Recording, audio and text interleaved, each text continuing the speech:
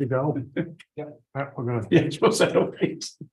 Pledge allegiance to the flag, of the United States of America, and to the republic for which it stands, one nation, under God, indivisible, with liberty and justice for all. All right. As I told you, I was a little off tonight. I'm not gonna hold it against. All right. Well, with that, I'll call the August 2nd Town of Damariscotta Select Board meeting to order. We have we start with some minutes. Like everybody's here tonight. So we've had we've had a couple of weeks of vacation and whatnot. Good to see everybody back for a full crew. And we've got a big audience tonight with two people. We'll try to move things along, make it exciting. All right, we can start with getting some housekeeping here. We have some minutes to consider. We have the minutes of July 5th. We're going to move these separately because we had kind of a mix of who was here. So I'll entertain a motion for the July 5th minutes. I'll make a motion to approve the July 5th minutes. All right, thank you, Tom. And I'll second the July 5th minutes. Any discussion? Yeah, I got a couple of corrections. All the way through, my name's wrong, so it might be. Yes, we need to get, So- we'll let the record show that we do need to correct Dan's full name in there. It's So, okay in the next minutes. Yeah. But it's consistent anyways, all the way. yes, through. yeah, it knows that Yeah. too. Thank you for bringing that up. So we can, correct And- that. So, And the second one is under the select board discussion items. We talked about the Lincoln County Commissioners receive money. It wasn't for harbor, it was for affordable housing. where are you referencing, Dan? That was in It's right down here. official action items on. Official action items, select board discussion items under me. Yeah. It says 1.5 million for harbor, but it was actually for affordable housing. Okay, Not for okay. harbor. So what we can do, so we've got a motion to move the minutes as is. We've got a second on that. We're in discussion. So what do we want to do here? We can call for a vote and we can do it with your amendments, or you make a motion on the amendment? No, I can't do that, can you? You can make an amendment. Yeah, And Yeah. then continue your vote to approve the. and then continue to approve the minutes as amended. So Dan can you can make an All right, I'll make an amendment motion right now. Yeah. to correct my name all the way through and then change harbor to affordable housing under the select board's discussion item. It's under my name. Okay, yeah, I'll second Dan's amendment motion. Any more discussion? Okay, all those in favor? All right, it was just there was only three of us on that one, right? Yeah. All right, motion carries and we have two will abstain. So. All right, and we have the minutes of July 19th. You just need to come back and. Gotta come back. We gotta- the minutes of the 5th. Yes, we moved the motion for the amendments, the amended. All right, so now we need to come back and thank you guys. I'm gonna move a little back here. All right, so we still have, help me on this one. We made a motion I'll to move the minutes. make a motion to. We've amended them. Dan made a, Minutes as amended. Well, you moved and seconded it. You've already inside of that, moved and seconded the amendment. So you're just Yes. taking a vote now on that first. we just need to take a vote. Yeah, we made a vote on the amendment. Now I need to call a vote for the, Yes. for the, good Lord. Yeah, I stack them up too much. So, all right. Oh, I'll call for a vote on the moving the July 5th minutes. All those in favor? Second. Oh, okay. Okay, yeah, we already seconded that one. So, What was that? The second, Okay. Who seconded? who was the second, Tom? I'll take it. I- I mean, I moved them, Tom moved the minutes to July 5th. I seconded them and then Dan made a motion for the amendment. I seconded your motion and then all three of us voted in favor. And we have two that abstain on both motions because they were absent at the time. So. All right, good. Now let's move on to the 19th. See if I can get this one right. Oh, all right. Somebody else want to make a motion on the 19th? Tom? well, I have to make an amendment to the 19th. That's why I was calling on you. So let's start with that this time. If I can Yeah. find it here. It is on page 9 of this package. Number 4, top of the page, it says Tom Anderson just suggested adding who's responsible and percentage done to the columns. And percentage done should be changed to the revised estimated completion date. Which is what I think I said, but because the percentage done is already there. Okay.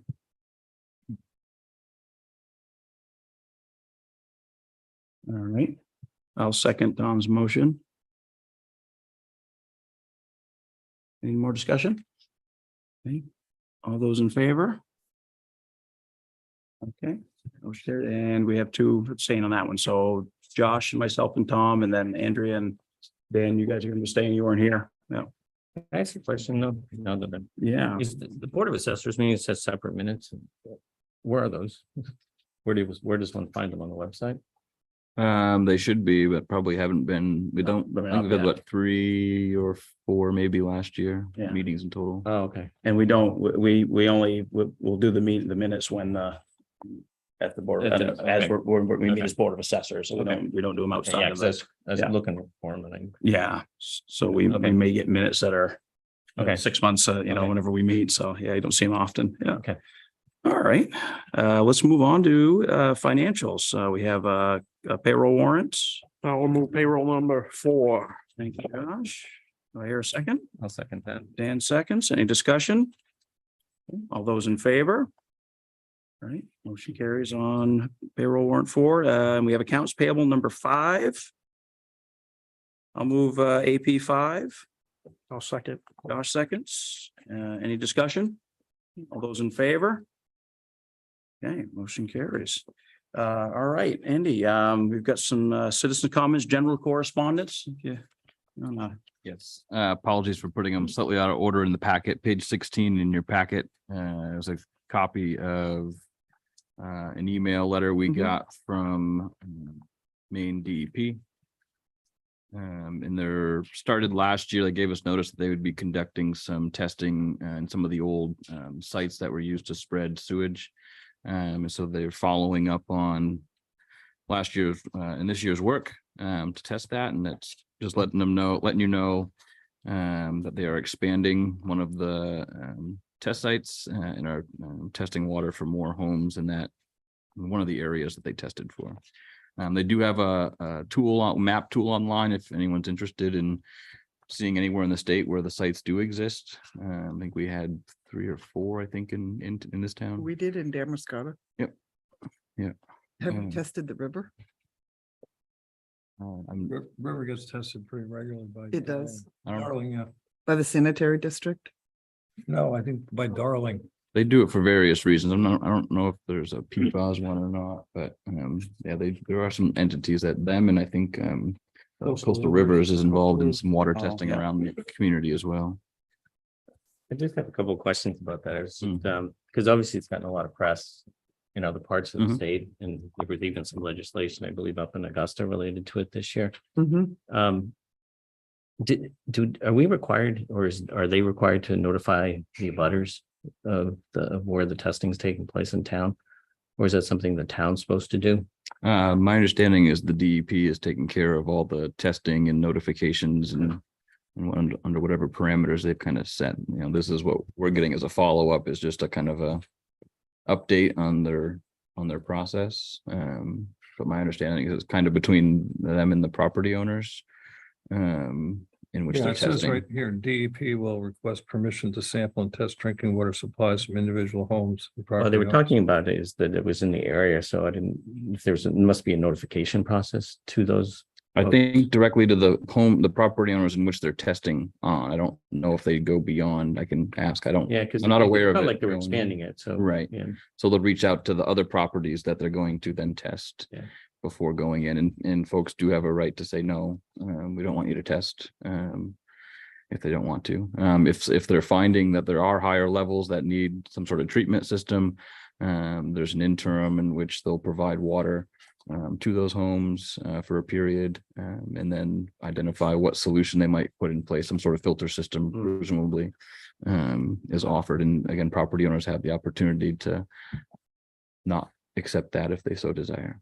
Yeah, I just had another thought as I was thinking about it. It was this sewage, you know, how they spread it on fields and stuff, was it from our sanitary district? I don't know that. I'm assuming most of it's from private collections. Okay, The system the sanitary district uses in town here is kind of that lagoon system where the solids kind of settle. And I don't know where they take what's left of it. Yeah. It goes through a pretty long process on site to settle and Yeah. kind of decompose up there to some degree. But PFAS, we can't get rid of. It's there. It's forever. I mean, once it's there. That's a better question for DEP to answer. Mm.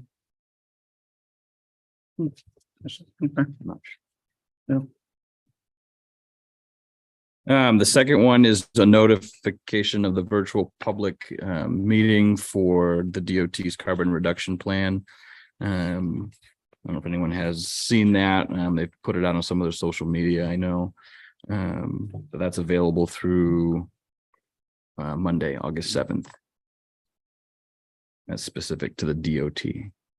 Okay.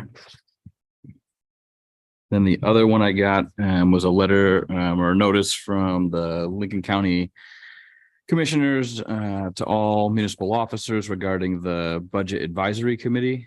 There's a caucus for municipal officers from District 3, of which we're part of. The caucus is held Thursday, September 21st at 3 p.m. at the Lincoln County Courthouse. The presence of all selectmen from each town is requested. What's the date again, Andy? Sorry. The Thursday, the 21st at 3 p.m. That's super convenient. Yeah.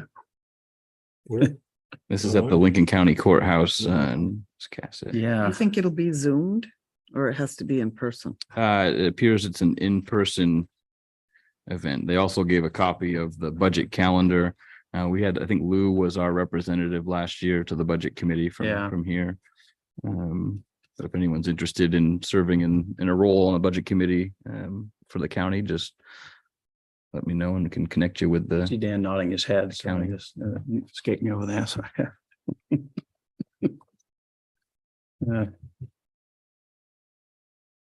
I would do it if. Someone if you need somebody to- Someone needs to do it, I would do right? it. Well, when you go there, they ask for volunteers. It depends on how many spots on the committee are open. Mhm. And then they take nominations and vote on who to put in.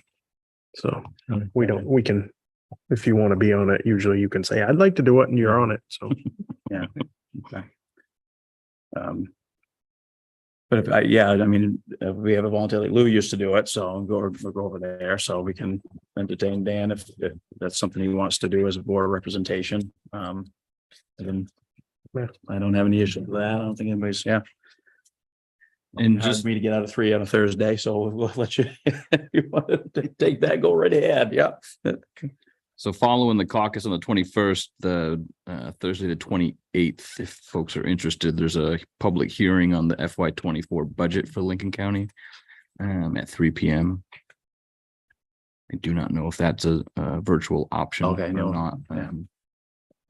And then they start their budget process at that point, probably, the review process, at least at that point.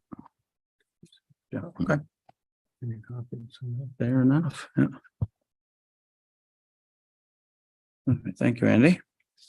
You're all set with, I don't see anybody coming in on Zoom and anybody in the audience out there for public comment? Lorraine, do you say anything? No, I was just here representing the cemetery committee.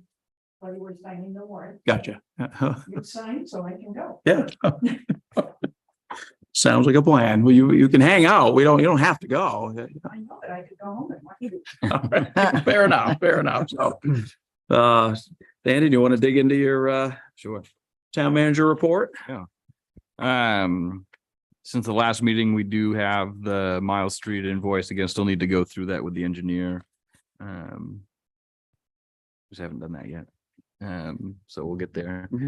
Egypt and Belvedere, we did meet, Daryl joined, Andrew Hedrick and I last Monday, to meet with, Hager Enterprise. And I felt like we made some pretty good progress that day. It was a little over an hour, I think we met. Yeah, it was We around left an with a hour and a half. pretty Yep.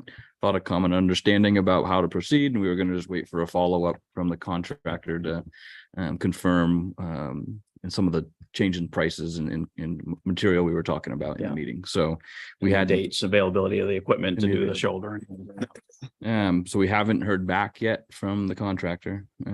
Did send an email Friday, just to summarize what we did discuss, Monday, and hadn't heard back. And our engineer was reaching out as of yesterday, and as of today before the meeting, he still hadn't heard back.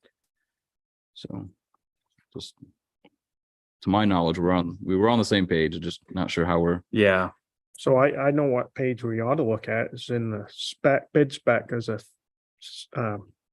subject line in there on the bid spec talking about penalties for $500 a day. And if you go into it and if I didn't have it, but if you make a mistake, it doesn't put you off the hook. You're still liable for things if you make a mistake when you go to bid it and whatnot. So if they can't get back to us within, what is it, 10 days now after your meeting, Mhm. and they can't put cones Yeah, and last Monday. delineators, Mhm. maybe the penalty of $500 a day will start setting in. Mhm. I mean, this has gone on long enough. Somebody's gonna get wiped out and killed getting off the shoulders on Belvedere and Egypt Road. Everyone's complaining about it. Oh my God. So, it's a big drop off. so whether or not we just go and get some cones and put them out, and then we just, as a town, just for our safety, for our people in Mhm. this community. And then we just take that money from whatever we buy and take it off what we owe them. Or, how many weeks has this been?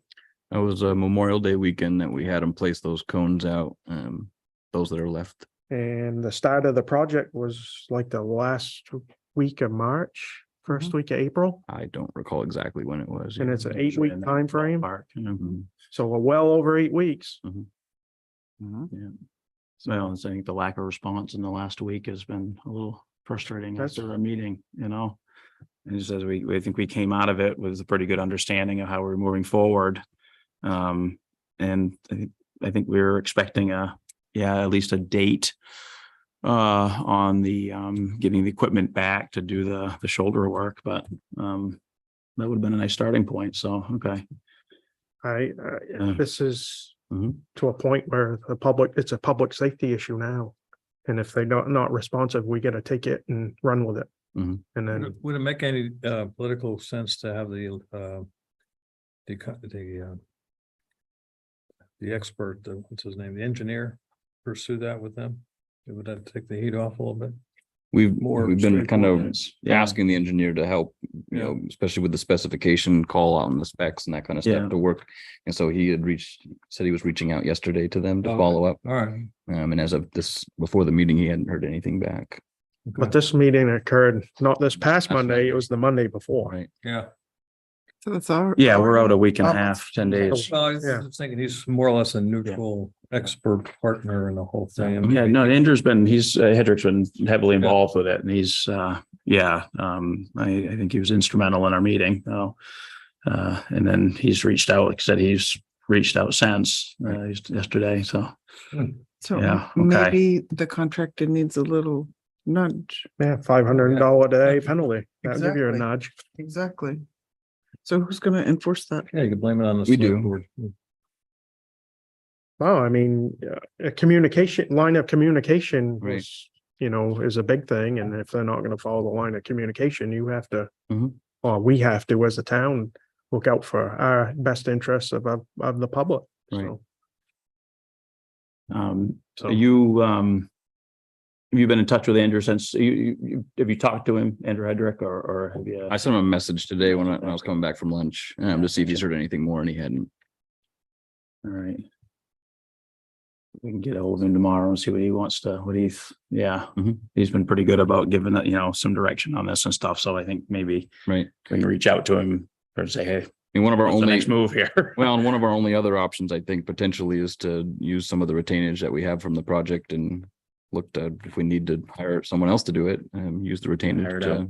Yeah. do that. and how close are we to get the total tonnage used? That was the swap for the milling versus tonnage issue. Since the last meeting, we did got one other change order for Egypt Road that had 125 tons, and that represented the total difference on the overall Oh, we base did get that, base okay. bid. Yeah. It's not on a formal pay rec, it's just on a change order form, so we did ask him for the verification on tonnage, and he talked about different ways he can show that to us, so Yeah. Yeah. we haven't, seen that. Haven't yet seen it either. yet. Oh, yeah. No, we had a good conversation about what, Before we you know, pay how they extra. could present that, and it seemed very simple and it was acceptable. I mean, Right. it was acceptable felt it was acceptable to the board, and Yep. as long as yourself and Andrew Hedrick were fine with it, so But you've had we got to see it. Yeah, communication silence, I guess, huh? For the last, week and a half. right. Well, $500 a day can change silence pretty quick, so. Any other quick follow up on that project? In Belvedere, that we're all good, same shoulders, everything is, Yep, we agreed, walked out of that meeting in agreement that the bid specification and design did have the shoulder shim included in Yeah. the design and base bid. And that was in agreement. And the same thing on the reclaim sections on Egypt Road that were identified in December. So there was that one section, about 800 feet or so, that was after the winter that Andrew approved add to that while the machine was there. So that section, that extra 800 feet, we'll have to do unit pricing on, but Yeah. But there was yeah. about, was it 4,000 feet roughly on Belvedere in total? And then another 3,200, I think, on Egypt Road that had been previously identified and kind of with a number. This is somewhat related, but I got a couple of complaints about and I mentioned to Daryl about the gap between both sides of Belvedere and Route 1, and I know the state's going to do something in there. Mhm. I was just wondering, do you have any feel so I can get back to these people as to when the state, I know they don't tell you, They right? seem to be getting a little bit closer each week or so, Okay. weather dependent. All right. We are It's like getting, there's- we are getting complaints about it though. Looks like there's one more lift, I'm assuming and hoping Yeah. that goes in there. And Okay. that looks like it would take care of it, and then they start ripping it up next year for the roundabout. right? Yeah. And then go in. Yeah, I know. Pretty smart, Yeah. Does not make any sense. Yeah. But Whatever. it'll be smooth Yeah. for a year. It'll be smooth for a little bit. Maybe. but Yeah. So, yes, hopefully if anybody asks, folks, yeah, the reason they left that high coming in because the state was bringing that up. So the contract didn't want to have to go back and redo the transition there. So that either way, there would have been a pretty good hump either going in or out. So Right. plan is when the state finishes that next run, it should level out Right. and be fine. So But the question is, when is the state? Well, that's People ask. when is the $1,000,000 state question. doing it? Yeah, I have no yeah. idea. I mean, it's I mean, night and day compared to what it was 2 weeks ago. yeah, Mhm. It's But come it's still along, yeah. a small lift there. slows them down. Yeah. Yeah. Parking lot project update if you're ready for that one. Sure, let's go right into the parking lot today. Two Uh, paragraphs. In a sentence. The district, the trustees rather had informed through their attorney that we were talking with that they wouldn't be entertaining the co-applicant status on the project.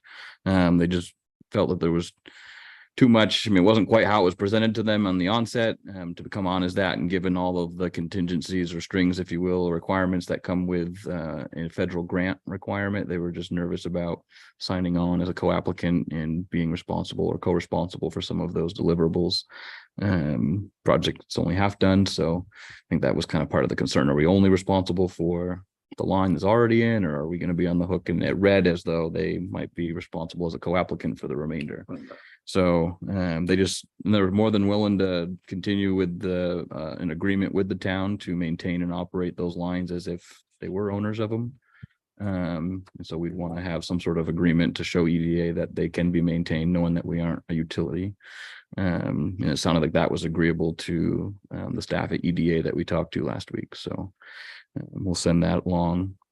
Meanwhile, there was, I think since our last meeting, there was a minor issue with one of the buildings that, in retrospect, it was a simple clog in the line. Sometimes it happens. But in looking into that 2 weeks ago, it appeared as though that line from the old Mercer building or There's a few uses in there, but the Taco Alley, Paco's Tacos formerly, that's where it had backed up in that lower space. Yeah. And they discovered that that particular line was still running through the old service line to the old collector line that was going to be abandoned. So we met again yesterday, Monday. Yeah, I think it was, yesterday, the day before, Monday or Tuesday. Earlier this week, we met Between Monday and today. down there Yeah, I again. saw you, yeah. There was a company that came back with a different camera. The company that was there that cleaned the line that had a camera had bought a different camera that would be able to navigate some of those pipes and turns a little better. And with that, they're able to identify how deep that camera head is from above ground. So we were looking at where some of those lines were running and marked them on the pavement. Our engineer was there. And so we're just kind of now feeling better about knowing where things are running. So there were, of the 4 buildings that we were looking at, there was the 2 in kind of the alleyway, in the Mercer building, and then where Why Nots is, the building that on the front, on the Main Street front, so where Puffin's Nest is, and then formerly Capacity or Bread and the Bone now, the Gilbert Gay building, Gilbert Day or Gay. Okay. Yeah, the day blocks, but this, block, yeah. So that building, those 4 are the ones that we wanted someone there to confirm where things were flowing. That was done 2 years ago. And our engineers and the district representative did say it was dye tested and connected to the new lines. One of those 3 buildings is not.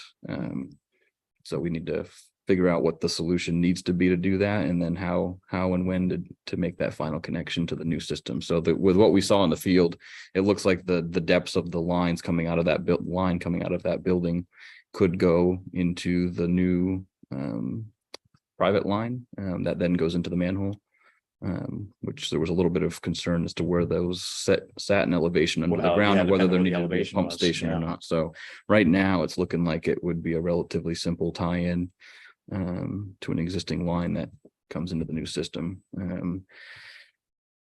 Other than that, I mean, then there was just one other minor in one of those buildings. One of the old clay lines was capped about 4 feet down that line. There was a hole in that floor that'd been there for many decades probably. And part of that old clay line had a place as if someone was just like would maybe dump something in there. We're not sure the purpose of it, but because that piece either wasn't known or wasn't capped then, it now, when that other backup happened, they also had a backup.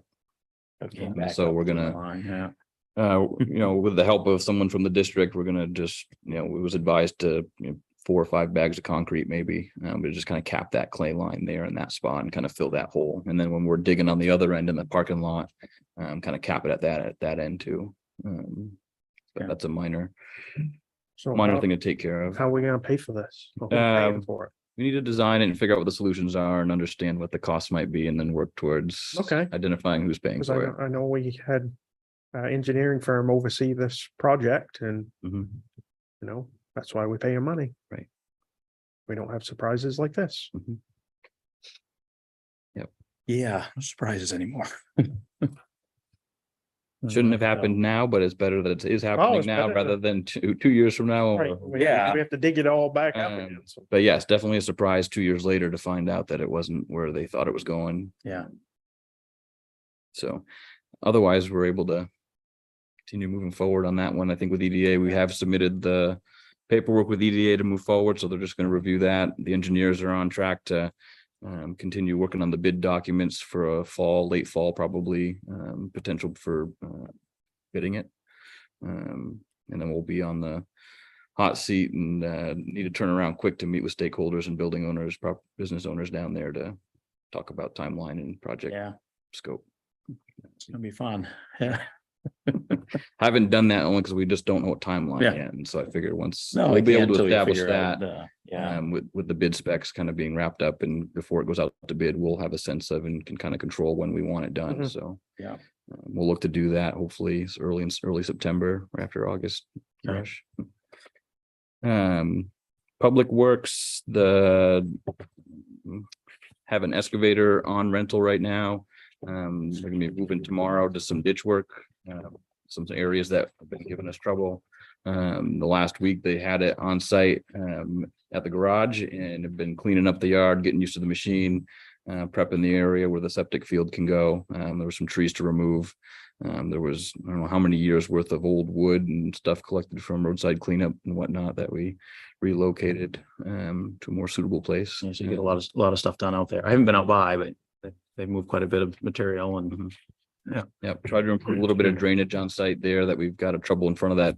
There's some asphalt in front of the garage doors, but right, I think it's right at the edge or about 2 feet off the edge of the building. It turns to gravel again. And so there's a constant puddle there. So, Hewitt worked to try and create kind of like a field drain there, basically. Mhm. So tried to make some improvements there while we had the machine. So we'll have it for a couple more weeks and look to do some ditch work, drainage work on Branch Road starting tomorrow, Lord willing. And there's a short list of some other projects that we can get to with the time, whatever time we have available. If they do start tomorrow, there could be some heavy rains on Friday, so make sure everything is Button down. buttoned up for erosion control measures. Yeah, we won't be in a position to put any jute or hay or that kind of stuff down, but at least get Something there the to pipes won't, they'll be able to carry water. Let's see. excuse me. Once we get done with the ditching, and before the rush at the end of September, I'm gonna try and get the truck scheduled for some work, depending on how long that might take. We had issues last winter with the heat. And it's not necessarily the best, safest thing to be doing in the wintertime, plowing, pushing snow without defrosting the windows. And so we did have some challenges last year and we're able to kind of lag through the winter with it. The mechanic that was working on it, got to a point where thought he narrowed it down and said I think it's going to have to go to probably to a Ford dealer to kind of look at that. So we just haven't committed to taking it anywhere yet. Now we're seeing that the AC is having some trouble. So might be just that same module or something connected to that we just need to Did take it care done of. before the season gets here, because So figure not once we have get heat in done, the truck and not have defrost and. yeah, once Yeah. we get done with the rental, the excavator, moving material, kind of have a small gap there before rushing to get ready for Pumpkin Fest. If it's going to be more than a couple days, I just look at renting a dump truck, small one for us to have. We don't have another vehicle for them to ride around in and collect stuff. So just a heads up there. All right. We'll talk more about the strategic plan and goals later on in the Mhm. agenda, but that was the only other thing I had on. Fair enough. Right along. Yeah, no, we can move into official action items. So we do have an addition on the official action items tonight, right? So came in late, Andy. That was the request for a letter of support. So let's go through first one there is the Maine Municipal Association annual elections. This is usually pretty straightforward because we usually simply just designate the town manager as a proxy vote, right? So Okay. Yes. so I'll second. I'll make the motion to designate Andrew Dorr, our town manager, as our proxy to vote. And I think Tom seconded that. All right, any discussion? All those in favor? All right, so vote away now. Great. Yeah. Very close. Yeah. It was pretty quick. And did you want to go over the letter? So we did get a request for a letter of support.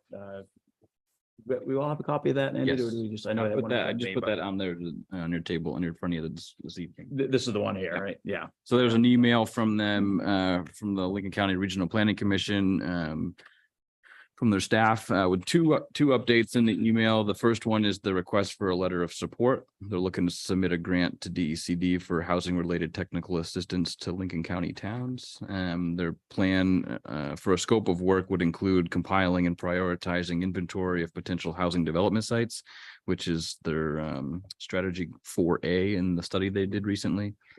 And they'd also look to create a limited term land use specialist to assist working with towns in that and other endeavors for housing initiatives. So I'm assuming that would be something as it was identified generally last year and continues to be on the radar for the board and the community. I'm assuming the board would be okay with. Yeah. There's a draft version of the letter of support there. I make a motion that we approve. This is the draft. Yes. I'd have to read it. Accept the draft.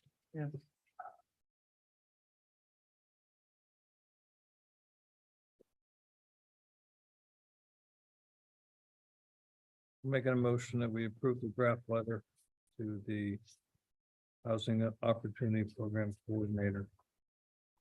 A second. Any discussion? All those in favor? Okay, motion's approved. Good. There's a second part to that, Andy, or was it, We can't, on the email, there was a second part to that. It was just an update on. Just an update, yeah, there's no- Two they're not thousand asking three for anything. municipal payment program. We have submitted, just for the sake of sharing, have submitted our grant request to DECD for up to $10,000 Yeah, or okay. $10,000 to work towards modifying our ordinance to be consistent with LD, what was formerly LD 2003. Gotcha, okay, Mhm. thank you. Okay. Well, that is it for action, official action items. Sneak anything else in? That's it. If it, so all the same, the board, we can move into, the work plan draft. We can consider that our discussion items. I won't go through everybody individually, but, we've all got a copy of it, an updated drafts on the back of our packet. And I mean, in the past, we've just kind of gone through the items one by one. I don't know how, does anybody have any thoughts of how you want to proceed on this? Well, just sharing, these are the form I had shared and asked for the Mhm. board to work on. The majority of the items were honestly a continuation of what's been on the work plan for a couple of years. Yeah. Some cases more than a couple. The two that I felt were kind of new or, perhaps worth discussing further. The preservation of the Damariscotta River, both in its health and use. The next one, it was a formalized events planning process to ensure sufficient planning and advertising for those events' success. And then there was another one that was new, was the question about houseboats and regulating the use of houseboats on inland waters. That's something that's popped up in other parts of the state as a challenge in some cases. Do we have any okay. houseboats here? I believe there's, Some on Pemaquid Lake, but on the other side in Bremen. yeah, Oh, really? Okay. So in rivers and I forgot it's under the harbor ordinance, right? the river, right now, the river and the Great Salt Bay are the two bodies of water that are included in the harbor ordinance. So there's nothing on freshwater. So anything can there's happen no on regulation. freshwater. I don't recall Oh, seeing anything interesting. about Yeah. houseboats in that ordinance, but I'll take another look at it because I've been looking at it. I have some ideas about changing some things. There's a section in the ordinance about liveaboard use of boats. Okay, that And there's some might- things yeah, that need to okay. be proven to the town or the harbor master before that's allowed. Things like access to shore property with the pump out option. Doesn't talk about in there the opportunity to use the town's pump out barge as the solution. So It also doesn't prevent houseboats as long as they comply with those things, right? right, they need to comply Yeah. with certain pieces of the ordinance. So it's regulated to some degree, and the limitation of the harbor ordinance is it only pertains currently to the river and the Great Salt Bay. So it doesn't touch the inland ponds, or inland So if waters. you get some houseboats on some ponds and they do short-term rentals and Mhm. turning over, and so we need to monitor that and see how we can handle for Absolutely. public safety. Yeah. Well, and this from a sanitary Yeah. perspective and water quality Mhm. issue. I mean, Absolutely. where's the waste going? Well, is at the really very big least, you need to make sure that, yeah, it's not overboard discharge and they're Right. doing what they need to do to, yeah. So That, So Yeah. who does look into that? those are the three new Well, things that are there's- on there. There's nothing on the ordinance on freshwater right now, so that's. So we need it. Yeah. Definitely need it. So I can talk to the two because I added them or suggested them. I just, repeat myself many times, here, but I'm just concerned about the overall management of the river because it comes out of the state of Maine. And I don't think they have the same sense of concern that the local citizens have and the people that use the river because they don't use the river. For example, there's already 106 acres that are booked and taken up for the next 20 years that nobody else can use because the agriculture people have it. And now they're putting another 26 acres down by Dodge Point. And I was down there with my grandkids, and it's all new from last year because they weren't there last year. And now it impedes, people doing things. Like there were two people coming over from the other shore, kayaking, an older couple. And they have to work their way around those things. And then the same thing if you're doing any boating and you want to land there. It's, another 26 acres on top of the 6. There's only 6 acres there now. And they want to add another 26 acres for 20 years. So I think there has to be a lot more scrutiny and involvement by all the parties that use the river before these things get put in place, because once they're in place, you can't change them, So that's all part of what I'm trying to do with this aquaculture issue. There's a presentation tomorrow night on aquaculture at Lincoln Theater. I'll be there, but I just I'm going want, to I'm not taking a position per se, but I want to get the visibility and get everybody's attention up, whether it's the aquaculture guys, the oyster farmers, the boaters, the kayakers, the red boat, River Queen, whatever it is, all the parties that have a use of the river. And, there's a guy that does a lot of work on the river. He does a lot of the docks in that area. And he's already concerned about erosion and the navigation of the channel. Because if you go out there in the last couple of weeks, they put more markers in there that have narrowed the channel. Oh, really? Yeah. And so, for example, if you got 2 boats now going in opposite directions, if they're big boats and going at any kind of speed, it can be tricky. And the fire department told me that they have concerns about navigation because they had a night situation one time and it was difficult to navigate. So all of this stuff has to be put into a big pot, and hopefully we can have a little more scrutiny on every new license to make sure it satisfies everybody's needs. And I can tell you, anecdotally, the last couple of years, I haven't seen a heron or a blue heron or a crane in front of my house. And that's largely due, I think, to these boats that are speeding right through the Houston Cove that never did before. And that's from a new licensee on the other side of Hog Island. So now instead of going through the channel, they're cutting through that at high speed. It's chasing away the wildlife. So Why are they going at high speed anyway? They're young guys. They're probably going down to town to get lunch or whatever the heck they're doing, but they go at high speed. They don't make a big wake because they got flat Carolina boats, but they make a lot of noise, and that's enough to discourage any wildlife. So I think the Damariscotta River is one of the biggest assets this town has, if not the biggest, because of all the tourists, because of the oysters, and the use of it. People come in here with their boats, and I'm concerned about it, so I want to keep the focus on it. That's there. Where does it, we haven't talked about it in a while, Tom, but last conversation we had as a board, there was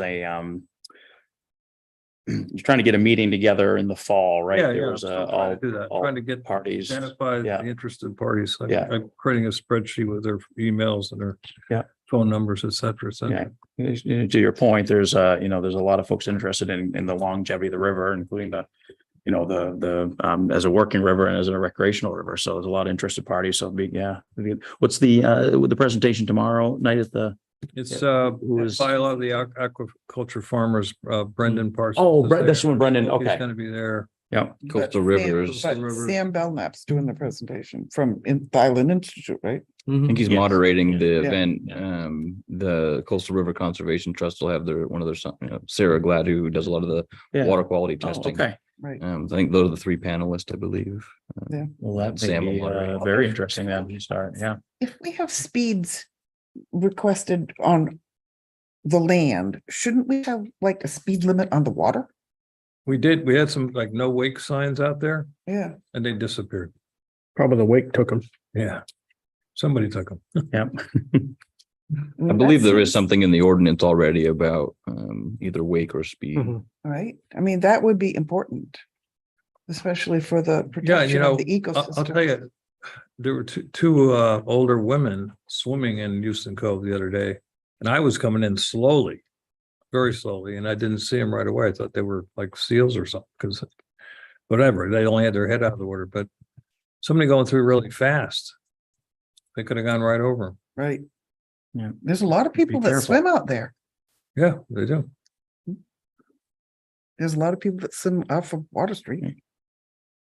Well, thank you, Tom, for looking into that. So, be interested. I won't be able to make it tomorrow night, but, Anyway, can- this- if you I'll can- go in, just to keep it. yeah, if here, you I'll can go get to the us, second- make sure you the give us a second- briefing on it with All the, right, but the second one here is, this is only as a result of the parade at the 4th of July, which is very disappointing compared to some other parades that I've, seen in town.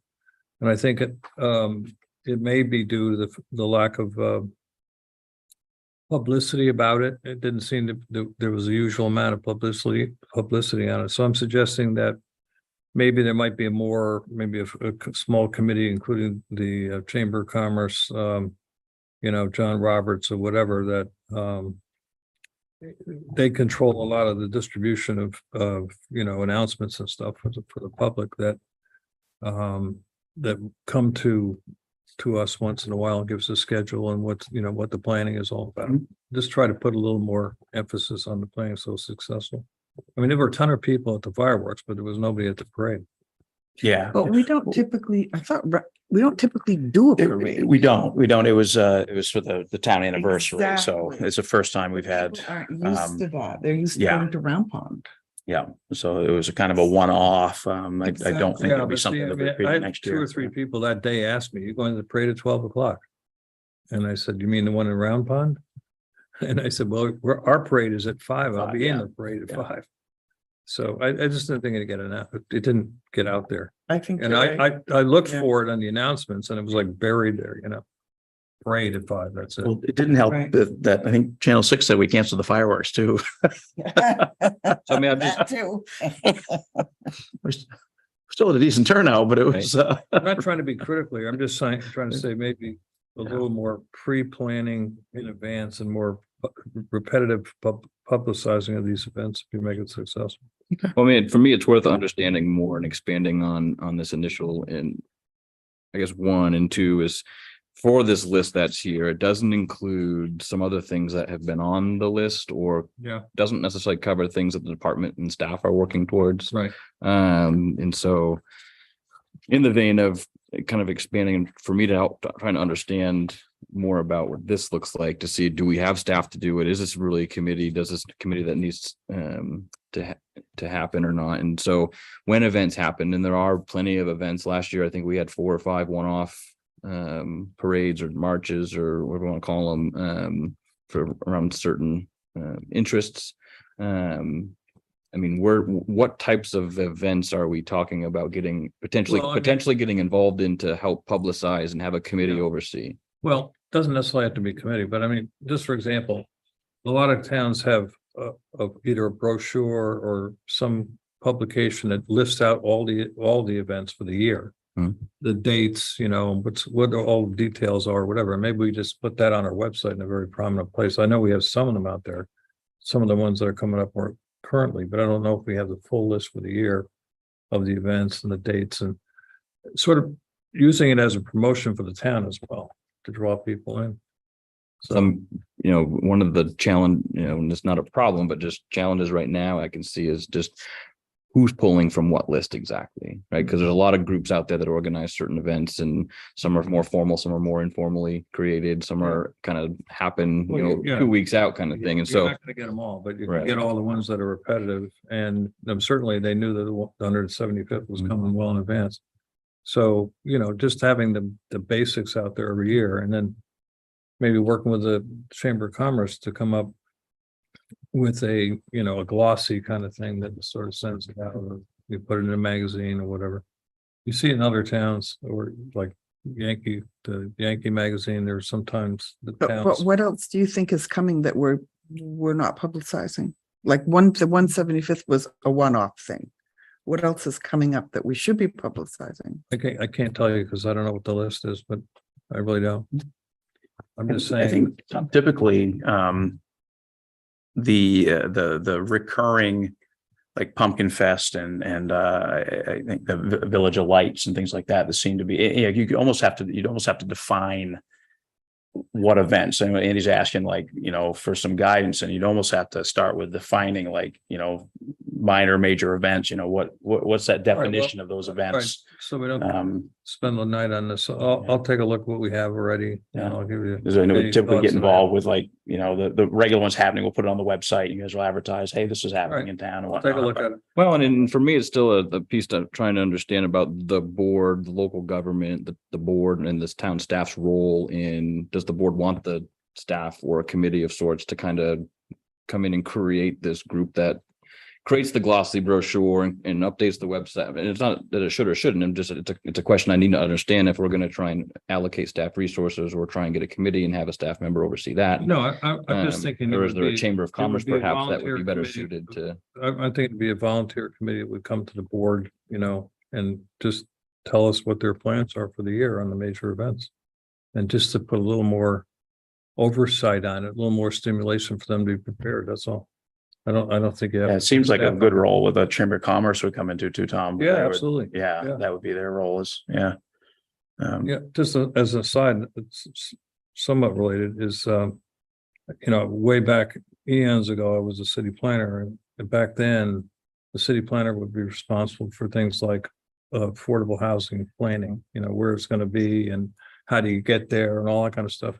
And I'm wondering, with all the focus on the need for, affordable housing, is he going to be picking that up, or how is that going to be done? Well, we need to continue to work through our priority list. And then once I have a good sense of what kind of our top priorities are, what's still on the list from previous. Yeah. For me right now, I'm just, of the things that you all had put forward on this front and back sheet, this 2-page sheet, helping me understand the top priorities, right? So if we could identify just the most important top 5, even knowing that I know there's a list generated by the staff that they have to work on, or like we've got, I think 7 or 8 ordinances identified to either update or create, most of which aren't on here. Exactly. And so Yeah. for some of those, I think some of those in my mind do rise to the level of, I know they need to be a high priority. Land use updates, shoreland updates, some of those are statutorily required. The LD 2003 housing stuff, that's our land use update. So I know there's some things outside of the board's priorities I know we have to do. So what I'm hoping to do tonight at least is get a better sense of like what the board feels is like. We can identify the top most 5 important things on here, give me a chance to talk to some staff to come back and say, here's what I think we can do. We're talking about this year's work plan, right? We're in August now. Right. And so if I'm going to try and build out a board schedule and calendar for the remainder of this year, figure out with the staff, what can we do to accomplish these? Right. Maybe there's more. Well, you have 2 on here that are related as to affordable housing. The comprehensive plan said that was the most important issue for the town based on the input they've gotten so far. And 2 people have recommended housing issues. So I would say that's probably going to make the top 5, in my opinion. And you could drop the second one, mine here. I still like to think we could keep the preservation of the river somewhere in the top 10 anyway. Well, that would be top 5. Yeah, the public works structure or organization was mentioned, I believe, 3 times. Capital planning and getting a capital improvement plan done and inventory was mentioned twice, and housing was mentioned twice. The rest I kind of saw as once. Not that, again, I think all but 3 of them have been on the list to get done. So they're kind of like, we know we're trying to work towards them. So But very if you can important give me goals. an opportunity to say, okay, you can again highlight kind of the 5 biggest ones, and I can look at that and say, and kind of focus on building those out, filter in or build into a work plan for you to consider. Well, let's That could include the ordinances and the other things that I know we have to do, the budget. let's talk about the ones that have been on there a while. We can start with that first. I mean, we talked about so Public Works is one that's been tossed around in different forms. It's been very vague. I mean, we talked about it and said, hey, Public Works restructuring, whatever we want to call it. We talked about that. That's been on there a while. And I think last year we talked about maybe putting together like a 3-year structure for that. I think we could, my thoughts on that, we need to start with, and Josh, you can help me out if you've got anything to chime in on that, but I think we need to start with, the road commissioner, the role of road commissioner and what that definition is, if it's changed from what it is now. I think it all pivots on that. what we expect that, I like to use the term, I know, public works director sounds better than road commissioner to me in certain places, but it all depends on what we want to, Same what, thing though, what we right? need to see. What's that? Same thing. Yeah, but there's more to it than the road commissioner does more than the public roads, works. right? Right. They're build town buildings and things like that. So, I think defining that, getting to a point where we can define that role and whether that's a full-time, part-time position. To me, that this restructuring that hinges kind of on that. And then you can figure out what you want to do for, do we want to keep, two people, two laborers, a foreman and a laborer, and then have the manager side of it, whether that's part-time, full-time. Josh, I know what your thoughts on that, and we've talked about it. And we've talked Yeah, about it over a couple of years, and it all depends on if the town manager wants to continue fulfilling the role of road commissioner at the, for the time being, or if, we move forward within a year or two and go either a part-time public works director. Well, it's Wow, also so- a matter of how much time does it take to actually be the town manager? And how much time does it actually take to be the road commissioner? So if you're adding another 20 hours a week or 10 hours a week on top of your town manager position, that's a significant amount of extra work that someone would have to do. so the previous iteration of the road commissioner, and I mean, and not previous, but Andy's doing it now. Previously it's been a working position. So the road commissioner is also, it's on the road, so that they've juggled that a little bit. I guess the looking at, the way that the town's expanding, we have lots of projects happening, is do we want that role to be more, more office oriented, to be able to, Or is it 50% administrative and 50%? Yeah, or- Out in the Out there, field? Because I see out in the times field, I mean. there's where you two may things want your happening. road commissioner to be, we've talked about having a clerk of the works on jobs and some of these big projects. We hire the engineers to do that. Is that something that our road commissioner, public works director, whatever you want to call them, could do? Those are areas I like to explore in that. And I think, they're defining that as one, and to Josh's point, we need to find out whether or not, it can carry on for extended period of time with having dual roles for the manager. It's So, obviously more than the road commissioner, because he's grumbling around in, sewer pipes with the engineers. and yeah, stuff. yeah, So, I mean, it's public works. Yeah, Yeah. it's public works, so call it what it is. Yeah, yeah. Public Works Um, Director. But all the issues have just been brought up are appropriate. I think you're the guy that would know. So you gotta give him some. Well, it's feedback. just helpful for me to understand, like, what is the board asking? Are you looking for me to try and financially map out what the cost would be for a part-time and or a full-time? Look at beyond that, look at, okay, if it's that's what I'm trying to understand. Like, I can build something out for you and give you, is it just it's numbers? I know it's about what the budget would cost for it. Is it about, an org chart, if you will, for the 2.5 or 3 people it would be, and we're just trying to understand, what level of detail do you want me to go into and to give you what exactly for, You have to create multiple scenarios as well. Right. Yeah. Because if there's some mention of creating in-house capacity, Mhm. that's a scenario that's different than just having a in-house road commissioner who just doesn't go out in the field. That doesn't make any sense. Yeah, and the other thing is that having done it and doing it, you're in the best position to know what's required and what you would recommend. So we're almost looking to you to tell us what is needed. What's the best way to do it? Because you're doing it. There's no better expert than the guys doing the work. Right. So some of that for me goes a little bit deeper into the department, right? You've got a labor crew of 2. Is that And sufficient? for what, right? Is then my For what question, the- right? The job that you're doing. Well, not for the job as road commissioner, but for the job that the town wants to, what Yeah. What's list needed of for the town? items do you want the in-house staff to be able to do in terms of road improvements? We've got some, and I always kind of start with, okay, what are the core routine maintenance needs, right? Yeah. Drainage, But see, drainage, part of that, though, drainage. is also your expertise, because you know what the staff is capable of. And Still- you know where you have to go to outside engineers or contractors or whatever. Mhm. And you don't want to take on more than you could, the capability. But there might be you should have an idea from experience, what the balance is, what we should do inside and what we should contract outside. And Right. what's the role in town manager in all of this? So I'm going to continue to push. My question really is, what things do you want the staff to do in-house? What types of activities do you want contracted out? At some point, sometimes the stuff you contract out could be done cheaper in-house. Right. There's a cost, of course, doing it in-house when you start adding employees and you Yeah. need more equipment.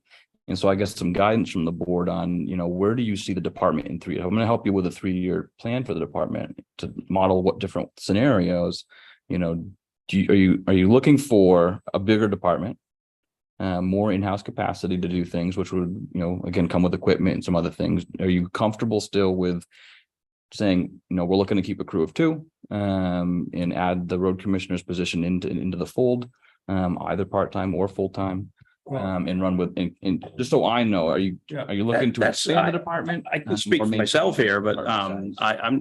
I don't think, I'm not looking for expansion of the department personally. I think you get it's all or nothing, right? If you do that, I mean, we're not looking at putting in, huge road crews and then doing, plowing, all that stuff, whatever, but you have to work with the capabilities as well, but it seems to me anecdotally that a roughly a 3-man department, you have 2, or 2.5-man department, maybe, keeping a laborer, a foreman, and then having some sort of like that part-time position maybe for that road commissioner position to work on you've seen it. We were working on updating OSHA, standards, all this stuff, training, keeping up with that, looking at speccing out jobs. It would be nice possibly at some point where in-house you could get your own road commissioner or public works director to kind of, take a road job and be able to look at it and say, okay, this is what needs to happen. This is a rough idea what this is going to do, what we need to do for this road, and this is what it might be cost. It'd be nice to be able to do some of that stuff, to some extent in-house, but not take on a complete, planning job and restructuring, putting a building up or something. But I think we need to keep it relatively small and tight.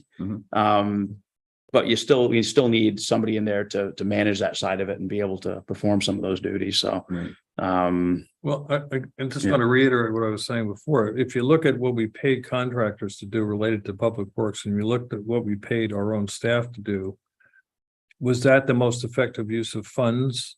For example, maybe instead of paying some high price somebody outside, we have somebody that's capable of doing it inside, or we could hire somebody at half the price inside and make that would be. Well, and that's exactly where you need a road commissioner, public works director to come into play, where you look at efficiency. So it's not always the cost. Sometimes it's efficiency. So I'd be looking at, in that position to say, hey, yeah, we can do it, whatever that job might be, but it makes more sense to us to hire it out, or we can hire it out, but it makes more sense to us for us to do it. And you want that director be able to make those decisions, with that information. Does that make sense, or would it confuse you even more? No, I think we'll find that out within the next month.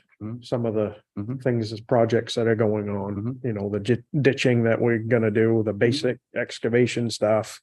I think moving forward in the next few months, we're gonna have a better handle on it. Sure. That's what I Right. think. Yeah, I mean, last year being, I'm just completing obviously year 1. And so we had an excavator for a couple of, 1 week, on one site. And so learned some things from that, myself. So looking at it again this year, saying, okay, we got some different scenarios in play here. Can we maintain and reclaim ditch line? Right. That's for me, a kind of a core understanding. Is that something we can do? I think keeping it at a crew or 2, you are kind of limited to the question of contracting things out or doing it in house. I mean, there are weeks where, between, we don't do much in terms of park maintenance, other than say cemeteries and helping the trustees out on projects there. And so being nimble enough to kind of respond to issues as they pop up. Really, that's what a crew of 2 is they're really going to be able to do. Our biggest crunch really is April to May, getting the town ready for summer. There's a lot of expectations on when things need to happen. And it's a very tight window. We talked about it in the budget process, right? Affording a budget to hire out painting. I mean, we chipped away at it for a long Mhm. time, and you can have a crew come in 2-3 nights tops Yeah. and have everything we need done. For me, that's a better use of, Yeah, of exactly. funds. So you make that decision. And Exactly. so we put it in the budget this year. Yeah, Um, yeah. So The- we know a cost per, foot for ditching from some of our Right. numbers that we've done and, the bid packets and stuff that we'd had come in. So we know some of those prices now. And then as we can track how we move forward the next few weeks, we can see how comparative our numbers are Mhm. uh, to that. I think you're gonna track some time and I know July and Length August and- is all we're really talking about So- for guaranteed time to work on drainage needs. Now, for me, that's the most important one out there, right? I mean, you've got examples where shoulders are low in places that we just need to Yeah. continue. And those are things like you need specialized equipment to kind of fill that or take a lot of time doing it. so as long as So- we're tracking our time when we get onto the job site and then Right. we can figure out. Well, you can our measure those costs. efficiencies, right? Yes. Whether Mhm. it's, yeah. So should have a little bit better handle on some of this basic stuff. I mean, hearing from the board that it seems pretty clear, we're not looking to go really beyond that either 2.5 or 3 person thing, department is helpful. I mean, because to Daryl's point, I mean, plow contract is what it is. We know what that is, that cost is for the next three more winters. Again, that 3-year timeline, it kind of is lining up with what you're talking about. So for me, that sounds like it's a pretty good indication that we aren't looking to scale up to do that type of work. That's a big commitment. Big commitment. That you'd want to, Yeah. you'd want to be able to make a few years in advance to be able to financially get ready for that. So that seems like I'm clear on that. And so just finding that sweet spot between what can we handle, what's more efficient for us to do. And so I think with that, I can work. And I'll go back to, to be honest with you, that's what, a lot of the questions, when well before I got on the board, but I took cues from coming on board here. That was a lot of the questions, in the past were just let us know what's more efficient. We were trying to get that from that department and say like, we're not saying you have to do it, but tell us what's more efficient. Is it more efficient for us to paint the lines, or to say, the cost is one thing, but when you weigh the efficiency in But we weren't getting any associated numbers, or we do the work, but we wouldn't. For some reason, the time wasn't getting tracked, and how long did you go, and how many feet did you go, and Right. we couldn't have any comparative everything numbers. to compare it on, we're looking at like, it seems like it would make more sense, but there's times when, it makes more sense to have the crew responding to, there's a tree down, there's a ditch that's filled, and you have them hot shotting and doing this, and then some of that stuff gets farmed out, but that's where that role would come in for you'd want that department head to be able to come in and say, oh yeah, no, this we can't, it's more efficient to hire this out, which is, it's a basic role you're filling in right now. You're coming to us and saying, hey, this makes more sense to farm this out. And that's what we're looking for in that role. But at the same time, we don't necessarily want to keep the town manager in that role forever. So at some point, we're gonna get to that. But I So, think he yeah. likes it too, Oh, I think he likes getting out. I don't want to say anything, but I think he, and that's the thing. If he Well, doesn't like it, then we'll do something else. or But his if- vest on and out the door he goes. So, Job. yeah, so Originally, no, Yeah. but that's another discussion we'll table. What else So, yeah.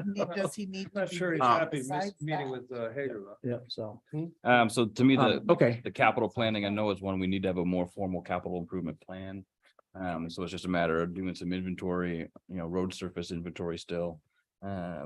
Making sure the sidewalks that are already built are included in a plan to rehab every so many years, like you would a road. Identifying the sidewalks that have been in the plans, the comp plan, the side bike and ped plan. Some of these things you've been talking about for a long time and take a lot of money. Yeah. And so it's just lining things up, in that capital improvement plan with the funds that might be available. Keeping an eye on grants, but you always need to have money to match those typically. Well, even the keeping track of it, right? we don't have management software to like go out and track roads and keep that. We have something, Yeah. right? Okay. Yeah. once all the data gets entered. and- Okay, we do have something you can work Lot on. easier. Yeah. I know we've talked about some different ones, but we do currently. Yeah, have the something county that- paid for, it's a modest fee. The state of Maine has a roads RSMS program. Yeah, okay, yeah. it's pretty simple, straightforward. It's just time to get out in the field and get it done. And you have to start from scratch, basically. It starts with a map. It's a pretty straight, you've seen it, the Mhm. form. So it's like, I mean, you can go out in the field with a section of road that you identify. And so typically they hit major intersections, or you can use a telephone pole. But what you're looking to do is really with that program, if the road's been recently redone, I mean, you could probably break it up by road intersections, but if you've got a section of road that changes its condition, like Hodgson Street's a good example. Mhm. When you first get off of Church, it's not as bad as it is on that middle part of that hill and over the top. And so you'd probably find a cross pole, or a driveway perhaps. Poles sometimes don't, are either one. And create that as the first section, and then get the next section, which is even worse. And that's how you would handle the 20 something miles of road we have here.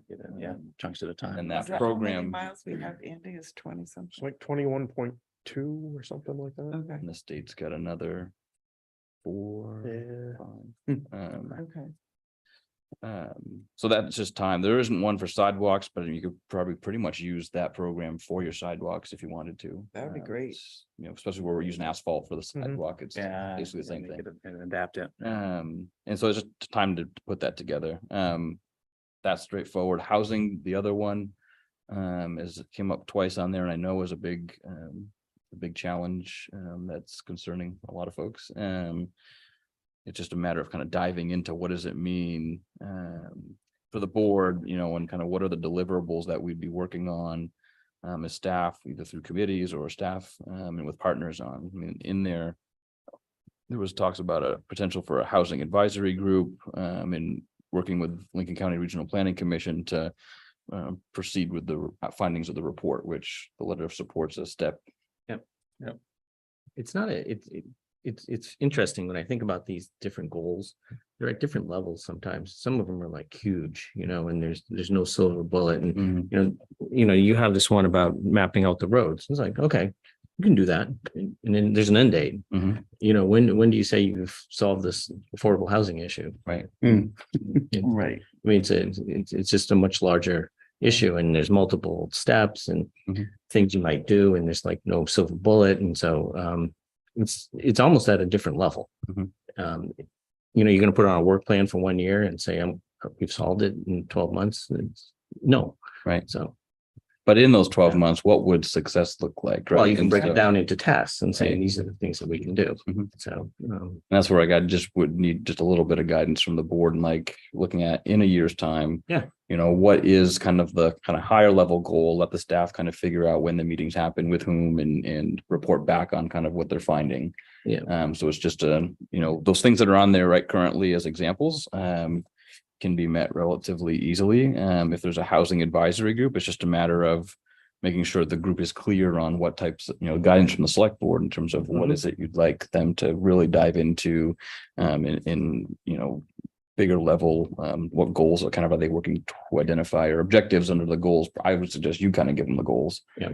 And then they kind of come up with the next steps or objectives. yeah, and that sort of leads to the question of the strategic, the comprehensive plan as well. And, it's a Mhm. little bit of a chicken and egg thing here too. Right now, we especially. Yeah.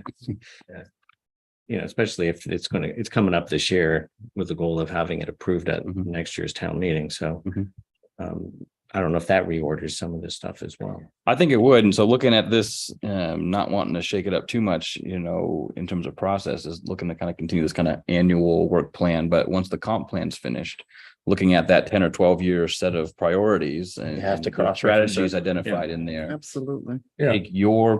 Take that and some of the other plans you have in for the board to look at a 3 year, perhaps strategic plan, and then utilizing that as a framework for the budget process. So instead of waiting till the fiscal year to start, Mhm. I'd like perhaps for the board to consider maybe in like November, identifying the work plan for say like the next 18 to 36 months. So that way we can justify or explain to the taxpayers and the budget committee, Mhm. and build a budget based on what you're trying to accomplish. That makes a lot of sense. Because there's some Yeah. things on here that we didn't budget for.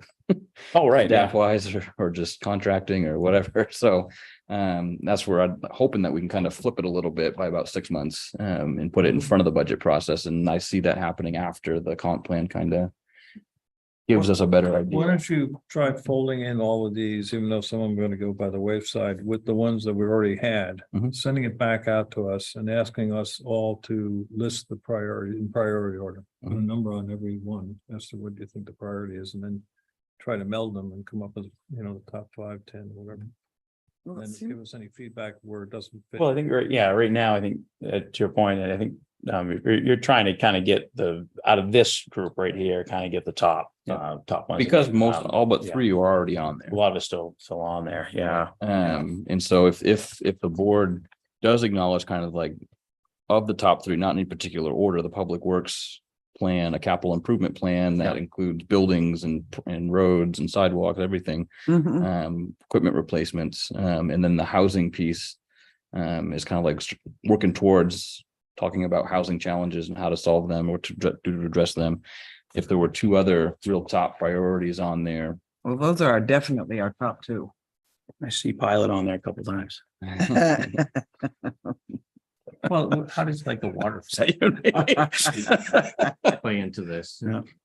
For Because me- it's an ongoing project. right, It's so. important and it's gonna take resources and time. Right. So for me, looking at things that are already committed, we've already committed to doing that. Right. Right. And so some of these things that we haven't really stepped in too far yet with. So I need to be able to take a step back once I hear, kind of what the top 5 are. And I've been trying to build out based on what we currently are committed to doing, Mhm. and kind of like a board schedule and what's going to come up on what agenda.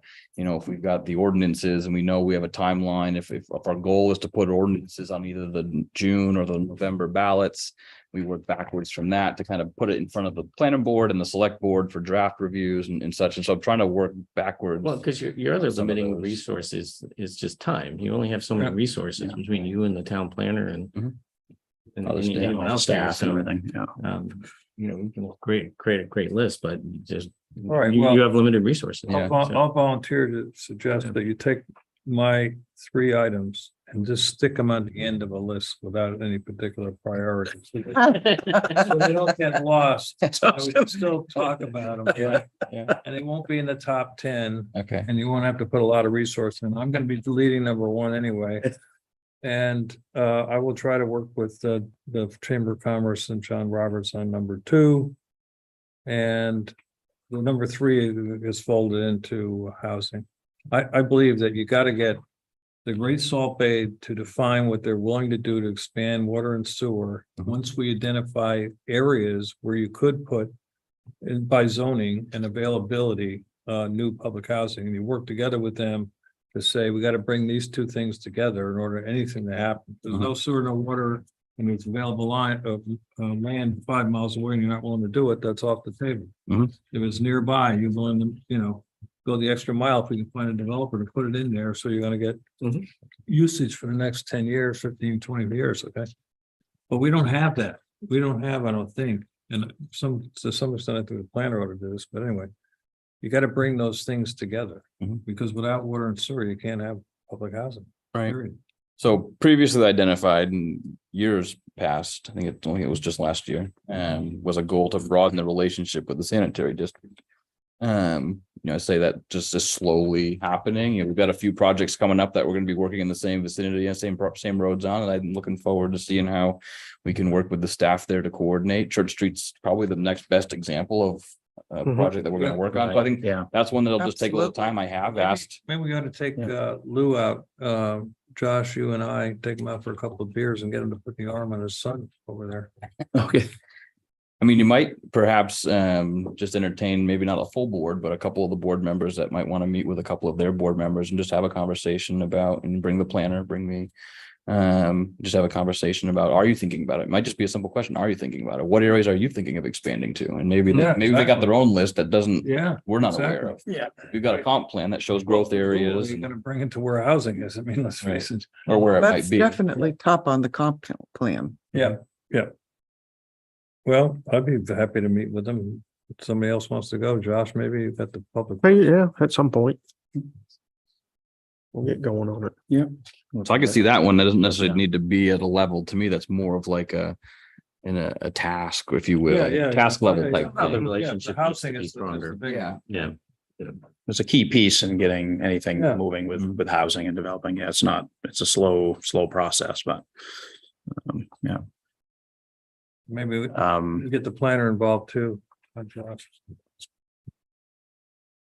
I mean, one of the one that we've had it on there a little while, I'll go into again is looking at pilot ordinances. I think we've talked about it and kind of pushed it off. I think that's something that's a reasonable reach, within reasonable reach that in the next year that we can look into, and we've got to identify payment in lieu of taxes. So looking at the non-taxable entities in town, Okay. what they use for impact, and we have a limited tax base. Absolutely. I think we can all agree on that. Yes. And services keep increasing. And you either cut services, you increase tax base, and there's balances. So we talked about, do you remember this is quite a few years, this is 3 or 4 years ago. Yeah, yeah. We talked, we had an intern, there's an intern that actually looked into it. And looked into Portland and a couple of other cities that were doing they just reached out voluntarily and said, hey, this is where, but But now as things have changed and expanded and. yeah, given a little bit yeah. more So, Power to do an ordinance. yeah. So, you can see as some of those goals would be, identifying, what we have and, putting that in some sort of database. And then it's just more, reaching out and saying, look, we're, this is your impact, and we're looking at, how do we keep our services up and keep providing these with the ever growing. we're sending law enforcement to different places. We're sending fire department to different places, and all that adds up. Right. Yeah, and the statute, and there's a few towns that do it, and the Yeah. statute, state statutes do allow for an ordinance to be created for service charges. Yeah. And so you basically find a way through the ordinance to assess a value to the entity, the property owner, that's exempt for their share of the service charges that they have access Right, to. yeah. So it's not school or not county tax, it's just the municipal services that they'd have access to, and one of the challenges is finding a way, how do you quantify how do you, what the fee is, or the tax will be.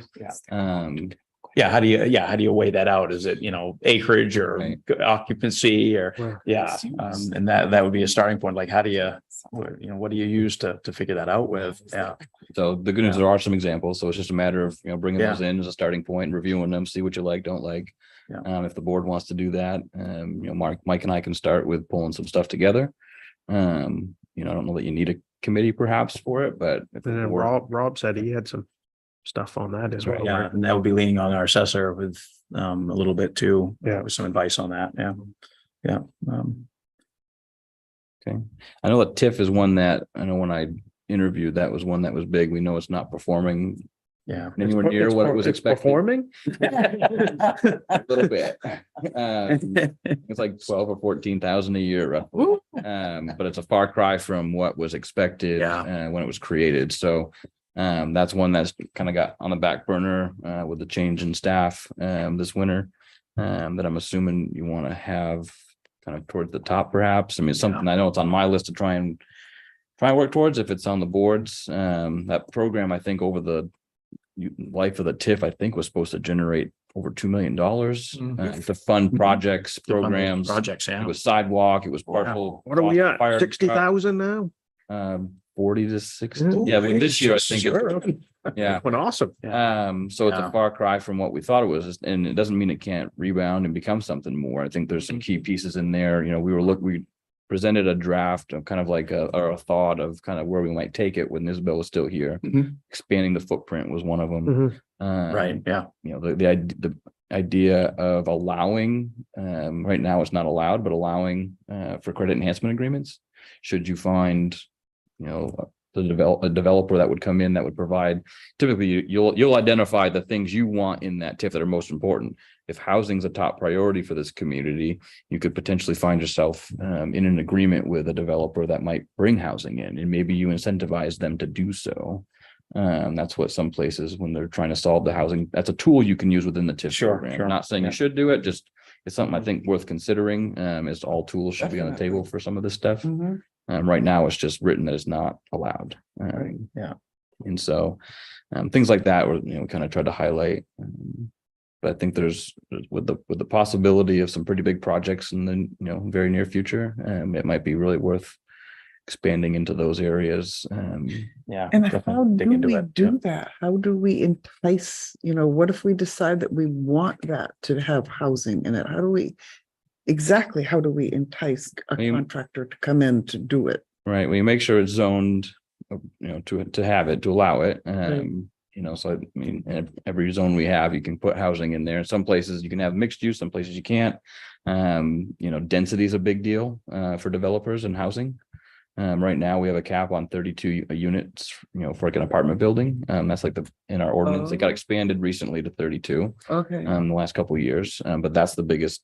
And so when you look at and see the paper about housing projects and where developers are building, particularly around like say Portland, and you look at the scale of what they're building, Mhm. maybe a little big for what we are looking for here. So you gotta, I guess, talk with some developers to understand like, what kind of is that kind of break even or profit margin for you? Where's that sweet spot for, is a 32 unit building something you would entertain building here? There's We one, already know there's one one that person. is One person is doing it. one so entity or person, yeah, There must be other people out there that are. right. And Yeah. so I mean, there's within, whoever decides to build what type of housing, I mean, if you can get some subsidies to provide certain types of housing, the low income. I think in this case, for those apartments, they were 55 and up, and maybe there's some sort of probably subsidy of sorts to help compensate that. They aren't talking about market rate solutions. Well, how do we get- Right. Yeah, how do we get just housing for the workforce? Not necessarily old people, young people, but just the workforce. Yeah, I mean, there's a lot of ways to look at it, right? And a lot of ways to try and solve it. I mean, part of it is we don't own land as a municipality that's Correct. really suitable for a project. Right? Correct. And one piece I'm aware of that I don't think has restrictions on it, but there's no access, direct access built into it yet. That's behind the Bethlehem Cemetery. Between that and the Great Salt Bay School, the town bought that years Oh, ago. that's right. Yeah. But I mean, other than that, there's really no other land we own. I mean, there's between the fire station and the garage is the only other piece we have, and that's not Yeah. really And ideal. it's not really our job is to build the housing. Our job is And to bring the people in to do it. Well, sure, and it's not just, I'm not, in a lot of towns, it's not necessarily in the business, obviously, of providing housing, building housing, doesn't mean you have to. Just by having land available, it just means you have some control over how and who comes in to work on it. Doesn't, Okay. not a suggestion that we build and we manage and we Okay, rent to. okay. But I'm just saying, we're not in a position where we have the land. So the next best option is to kind of create these TIF areas that you think are suitable for development when there is utilities there, and work with a district perhaps to extend to. But then you still need something to entice a developer to come in. Well, So that's where the credit enhancements could help Yeah. perhaps as a piece. of Yeah, that. And that's something that you work on. I mean, The like as town- a town manager, that's something that you work on. Alone, not alone.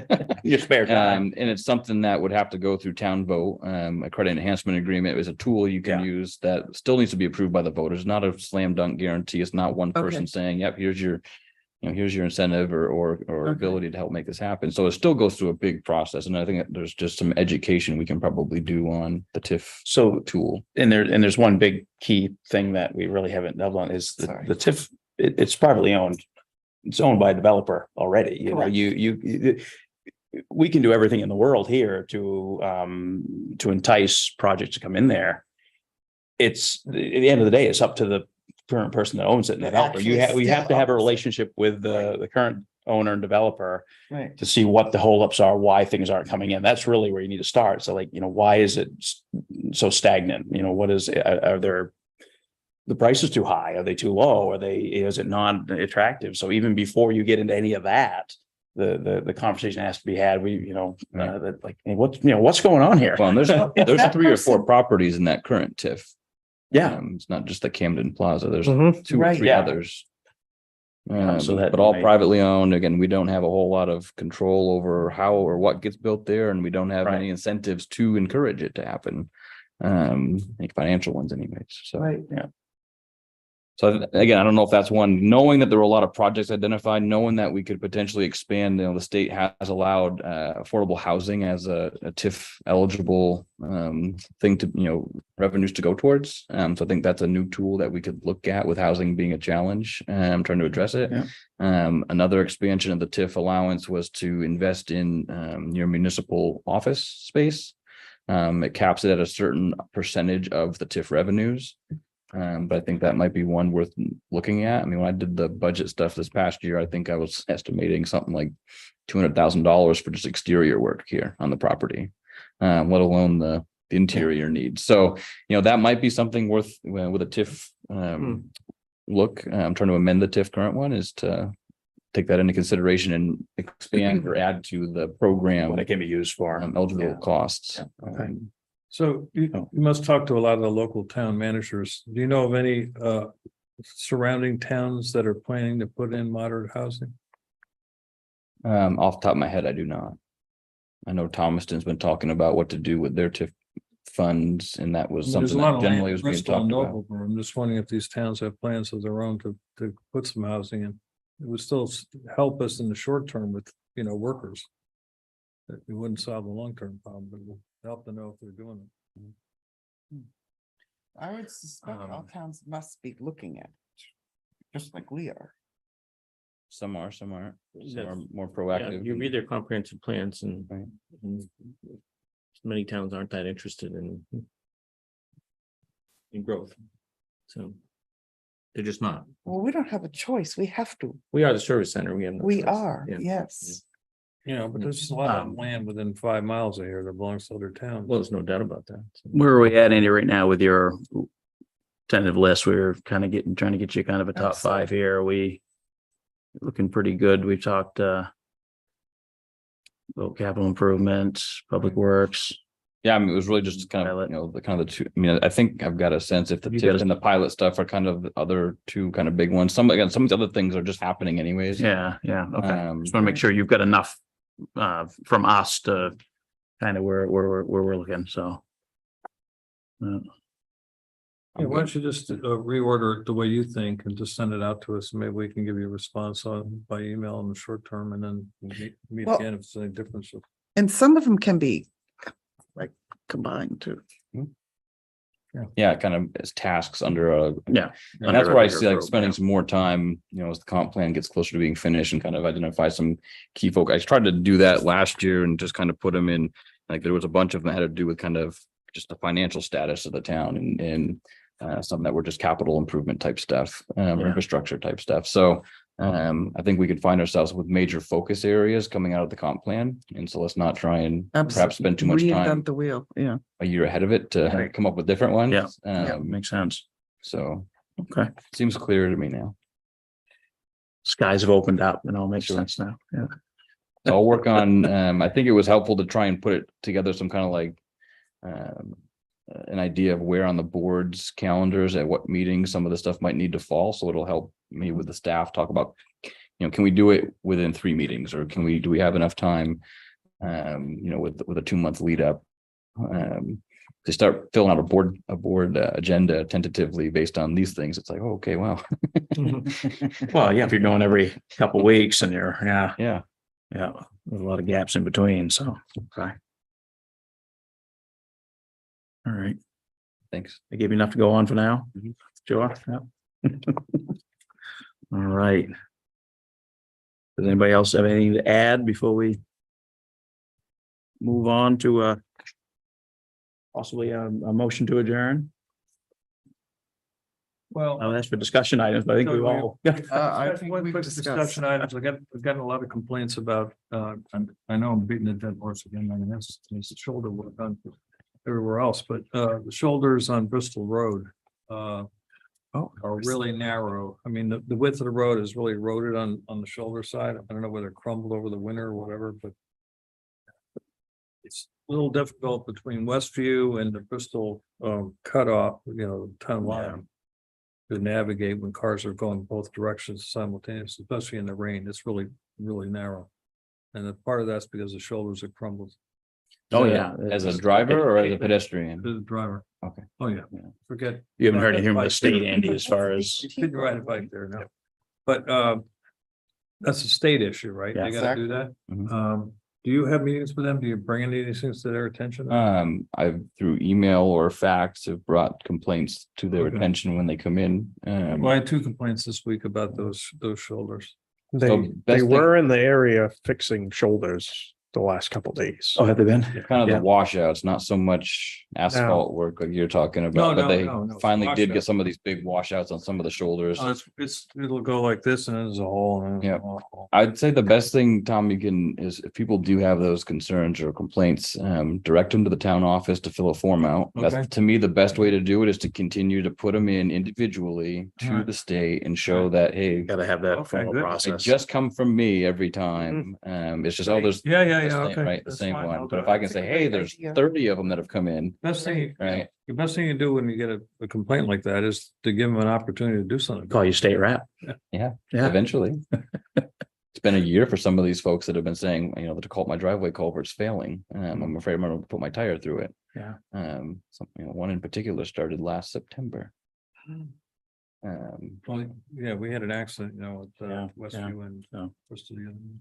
Mm. So I was, for anyone that's getting it, just have them, any road complaints, local or state, just have them come in and, or call me or come in and fill a form out and we'll send it where it needs to go. But doesn't the That's what we DOT want. have priority roads? Bristol Road is like a level 4 or something. But that's good in the sense that if you get on their work plan long Right. term, then potentially they could talk about rebuilding the road, creating Mhm. shoulders, paved shoulders and these sorts of things, Right. which would help with all of that stuff. So with, sticking But it would within, take years. though. well, I mean, sticking within 5 to 7 routine years. maintenance is kind of the issue, kind of Yeah. what you're talking about. And then there's the longer term conversation and planning effort around the multi-year plans they put together. Right. And the best answer I've gotten from the state so far on Bristol Road is we might want to consider applying for a municipal partnership initiative if we want to put shoulders on that. It's not in the next 7 or 10 year probably Mhm. sites of theirs on that particular road, just because there's some ownership issues Right, yeah. going down through there. And so they got some other roads, they have a lot of miles, right? They got some other roads that are more defined, legally defined and owned outright that would be easier for them to tackle. At least we know now shoulder work is in their LCP radar when they're doing that work and they're not just stopping at the fog line. So they want to do it. It's just now Bristol Road our section of Bristol Road happens to be one that is narrow, is not legally defined or owned outright by them on some of those right of ways. You can have an easement or you can have a deed. I think a lot of them are just easements through there. Yep. So they have to work extra to do that. So I know in particular, they said, well, if you want to try and expedite it, you can do a municipal partnership, which puts us in some skin in the game on that. Don't know, there's a cap on the MPI of I think 400,000. And so I don't know what that looks like if they're willing to just. Do we cover everything above 400,000 or will they say, well, you can contribute, that it's a conversation we can have with them. What does that look like? Knowing that there's a limit on what the state would provide. Is it 400 and they do the rest or? Yeah. Because then it's a matter of, okay, now we can at least share with people, well, we know it's going to cost X. And we can see if the community wants to raise it. Otherwise, Yeah, but it if you never competes get with a started, bunch it'll of, never right, happen, otherwise so- it competes with a bunch of other priorities and challenges. Yeah. Absolutely. All right, we'll start writing it up. Yeah, that's the best, most helpful thing, really. All right. Hearing no more discussion, I'll entertain a motion. I'll make a motion to adjourn. Second. Andrea seconds. All those in favor? All right, we are so adjourned. We do need to sign, has everybody signed the warrant?